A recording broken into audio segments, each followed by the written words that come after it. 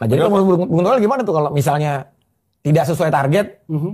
Apakah perlu masih dipertimbangkan lagi kalau atau Bung Toel, ya. sekarang pun kalau saya ketemu PSSI saya berhentikan. Kalau buat saya. Tapi kan kalau ketua umum PSSI Erick Thohir ini kan fair gitu kan. Dia bilang saya profesional gitu kan. Saya selesaikan yang kontrak yang sudah disepakati sampai Juni kan begitu. Cuma kan yang kemarin itu kan ngaco, makanya menurut saya baru kalah baru menang dari Vietnam 1-0, keesokan harinya langsung media bahkan ada yang menyampaikan apa? Video terbuka minta perpanjangan kontrak. Kan nggak masuk akal itu. Timnas impian Tomel, antar pemain hampir gelut.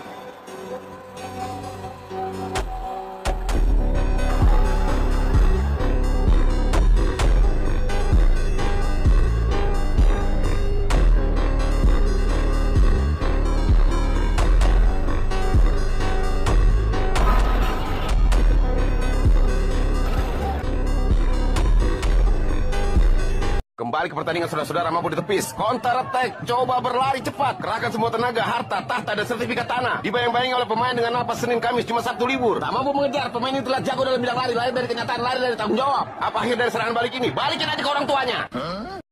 Jadi dalam berbagai perbedaan pendapat dari para pengamat, netizen, dan juga supporter dari Timnas Indonesia, bahkan dari bandit-bandit yang lebih kepada menyerang.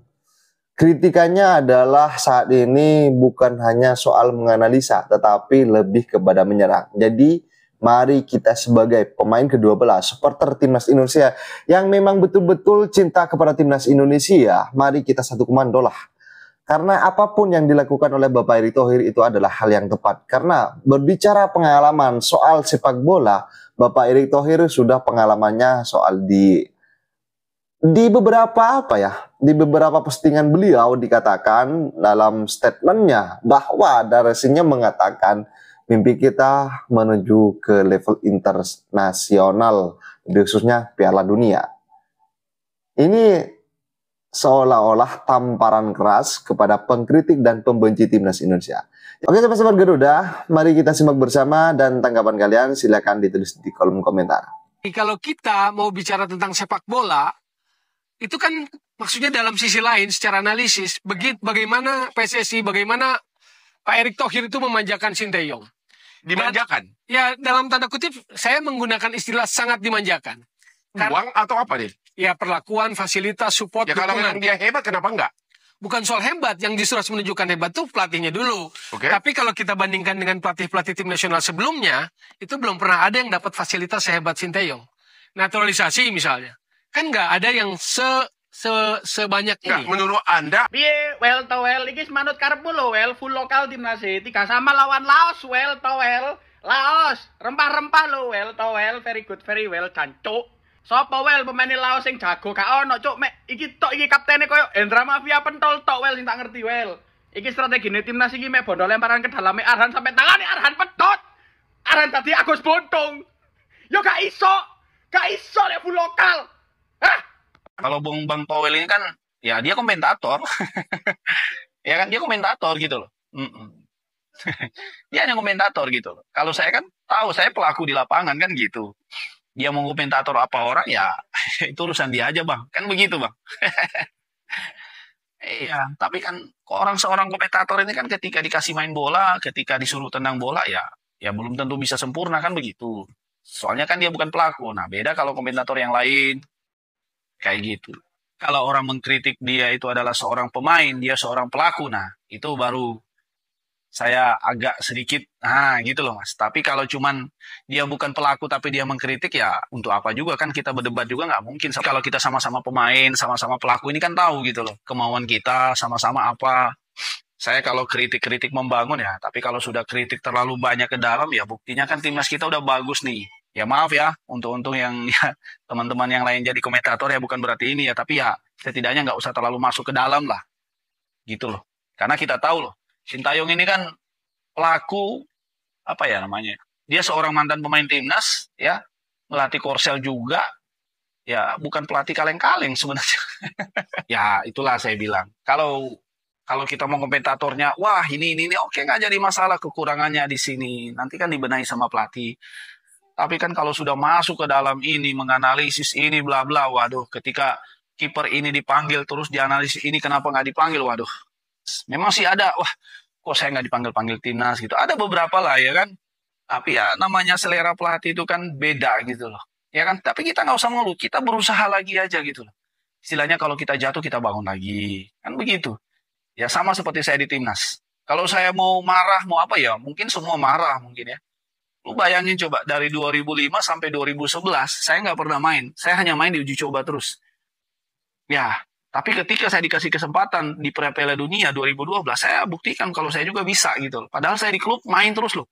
Saya buat prestasi klub, tapi saya nggak pernah main di klub. Nah, nggak pernah main di timnas gitu loh. Kalau lu orang Indonesia, lu timnas sejati ya harus apapun hasilnya mas ya, kita tetap timnas lah mas ya. Timnas itu, apapun itu, timnas pasti menang. Dan Korea kan, ya dia juga pasti dia juga pasti takut lah. Dia pasti juga ada tim analisnya menganalisis beberapa pertandingan kemarin, pasti waduh ini yang harus jaga, ini harus dijaga. Begitu juga kita sebaliknya. Sintayong juga pasti ada pemain-pemain yang dia waspadai di situ. Apapun itu timnas ya, siapapun pemainnya, siapapun pelatih, tetap kita dukung mas. Ya kan? Seperti itu. Kayak supporter. Pemain atau pelatih itu keluar masuk mas di klub. Tapi supporter itu selamanya ada di klub itu. Ya, dan supporter selamanya ada di timnas itu. Jadi kita kasih biar aja timnas. Maksudnya Sintayong di timnas kasih dia. Karena dia target Sintayong itu kan 5 tahun memang. Dan tahun ini ya dia diperpanjang gitu. Red Hernando, wah pokoknya Hernando nggak usah kita pakai, dia terbaik lah. Ya buat Hernando tetap slow ya, tetap kalem ya. Ya, saya support kamu terus. Jangan pada saat bagus saja kita support dia dan pada saat dia jelek kita hujat dia, jangan ya. Jadi kiper itu 1000 kali melakukan penyelamatan, hanya 1 kali melakukan kesalahan, yang dilihat hanya kesalahan dia. Jadi kita lihat dia bagus-bagus yang kemarin. Ya. Saya rasa dengan Hernando ini punya mental ya, punya mental juara lah kalau saya bilang ya. Rating timnas ya progresnya bagus mas ya. Jadi kita nggak usah tanya lagi ratingnya berapa ya. Kan situ kan tahu sudah bagaimana progresnya sekarang. Jadi cukup teman-teman menilai sendirilah. Ini bedain komentator sama pelaku pemain. Itu beda, jelas jauh bedanya mas. Di era timnas sekarang ini dan pemanggilan pemain ini yang saya salut ya, luar biasa ya. Saya di situ dulu di senior ada Hendro Kartiko, ada Jenry Pito ya, ada Markus, ada Made dulu ya. Jadi ketika kita dipanggil, ada adik saya juga kemarin coachnya Mega, seperti itu. Jadi ketika kita dipercaya ya kita kasih, ya kita buktikan gitu loh. Tapi ketika kita tidak dimainkan, wah jangan pernah ada rasa ngeluh gitu loh maksud saya. Jangan pernah ada rasa ngeluh, wah gue di klub main terus kok di timnas, jangan ada. Ya itu udah nggak bagus itu. Ya itu lari-larinya ke attitude-nya nggak bagus. Ya mendingan kita support aja, tapi ketika kamu dipercaya diturunkan, buktikan. Nah itu. Jangan sudah ngeluh ketika dibuktikan kamu juga main jelek. Nah itu yang parah itu. Seperti itu ya. Jadi buat teman-teman semuanya, ayo kita dukung timnas di tanggal 26 nanti. Apapun hasilnya tetap kita dukung. Ini sejarah baru loh, kita lolos loh. Karena kita berbicara di grup seperti ini, dan kalau melihat komposisi, kemarin kita memulai pertandingan lawan Arab, itu posisi paling buncit, tiba-tiba sekarang di posisi 3 gitu. Jadi menunjukkan persaingan di grup ini sangat ketat, dan saya rasa kalau bukan kemenangan yang kita raih lawan Bahrain ketika pertandingan kandang, itu persaingannya bakal berat sih. Jadi saya rasa garansi harus 3 poin di sana. Kalau berbicara ingin tampil di 2026 tentunya. Pasti dong, kita ingin banget dong tampil di 2026. Nah, untuk menghadapi laga-laga lanjutan nanti, oke yang paling dekat memang di Maret 2025. Selain tambahan oleh Romania, apakah kita masih butuh pemain diaspora lainnya? Apa sebenarnya materi yang kita punya udah bagus banget? Pasti ya. Oke. Kita bicara dari kita nggak punya, tanda kutip ya, nggak punya siapa-siapa, sampai punya pemain banyak seperti ini, ya itu harus kita bisa manfaatin, harus kita bisa maksimalin, harus bisa dioptimalin oleh Sintayong.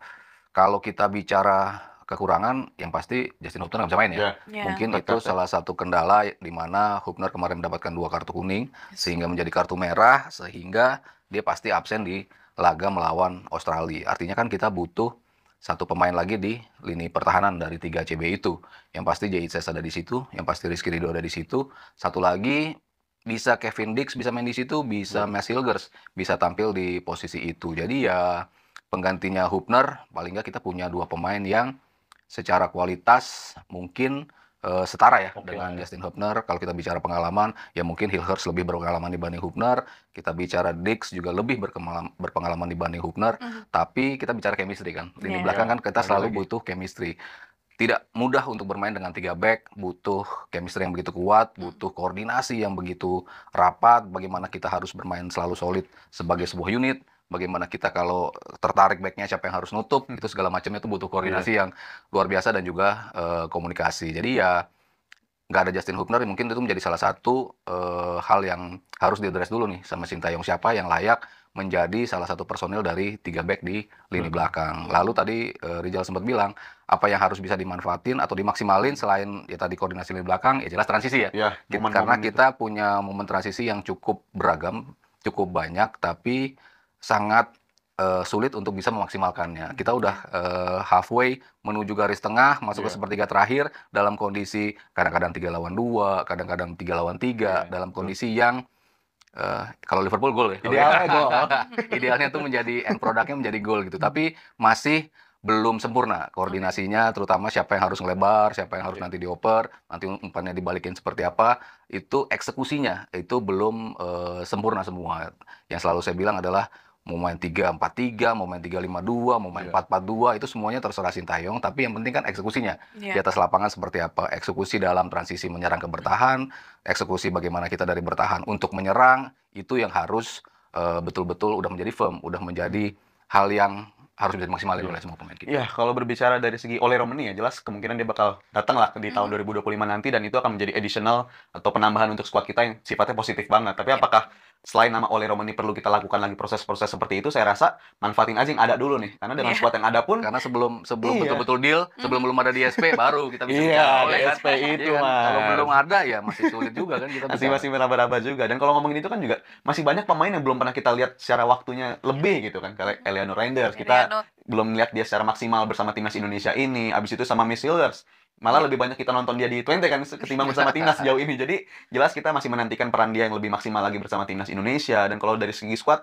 saya sih lebih berharap kita memanfaatkan yang kemarin-kemarin itu udah ada aja dulu gitu. Karena dari untuk melanggengkan atau menyelaraskan chemistry ya pakai cara kayak begitu. Dan pemain-pemain seperti itu saya rasa, bahkan Kevin Dix aja baru sekali kita lihat kan dia lawan Jepang dong, lawan selanjutnya dia absen. Jadi saya rasa pemain-pemain yang kita udah ada nih bisa dimanfaatkan. Dan kalau ngeliat dari track record STY dalam memantau Liga 1 pun juga mereka ngelakuin ya, yang mana ada pemain yang lagi perform biasanya dipanggil. Kemarin nonton kan 2 pertandingan dia kayaknya. Iya, hadir juga. Waktu itu ada Malik Rizaldi dipanggil. Dan kalau ngeliat dari Liga sekarang kan Egy juga lagi perform banget di Liga ya. Jadi bukan tidak mungkin, bukan cuma soal diaspora, tapi pemain-pemain yang lagi bersinar di liganya masing-masing, saya rasa punya kesempatan besar untuk dipanggil juga. Mengingat performa mereka lagi positif-positif dan apik semua saya rasa.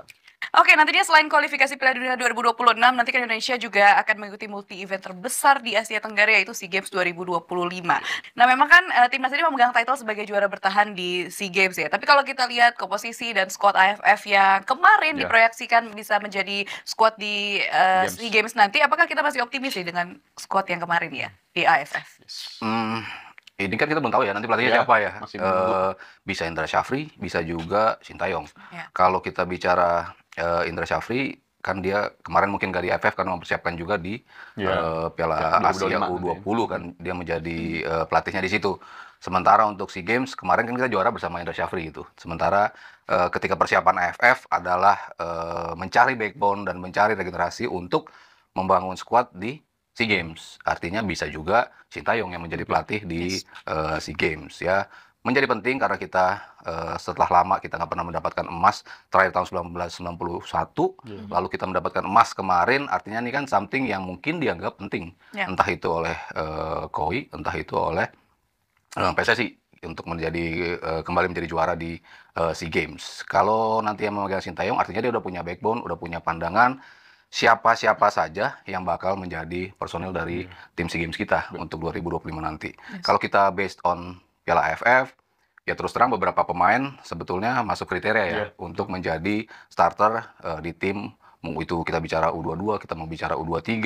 Padahal in reality-nya adalah baru 20-an tahun. Para pemain ini 20,5 tahun, artinya kan masih sangat muda. Dan untuk diberi kepercayaan kembali untuk menjadi tulang punggung Indonesia di SEA Games, ya kemarin-kemarin tadi saya bilang banyak yang masuk ke kriteria. Kita bicara lini belakang, Entah itu nanti Ferrari atau enggak, tapi yang pasti Kadek Arel, Donitri itu adalah 2 pemain yang jelas layak untuk masuk dalam squad di SEA Games nanti. Lalu kita bicara di lini tengah, banyak sekali ya ternyata pemain-pemain kita yang punya potensi, yang tidak bisa tampil dengan mentality yang mungkin yang level yang kita mau kemarin ya, karena kita harus sadar mereka pemain-pemain muda baru mendapatkan caps-nya di kemarin Piala AFF, sehingga setelah beberapa kali bermain akhirnya mereka punya mentality untuk bisa membawa merah putih ke level yang tertinggi lagi. Oke, sahabat-sahabat Garuda Fans, saya rasa cukup statement barusan. Jadi bagaimana tanggapan kalian? Silahkan ditulis di kolom komentar, dan jangan lupa like dan subscribe channel ini agar kalian tidak ketinggalan informasi penting khususnya Timnas Indonesia. Salam sepak bola keren, salam sepak bola bersih bersama Bapak Erick Thohir, Timnas Garuda Jaya. Bersama saya, salam olahraga.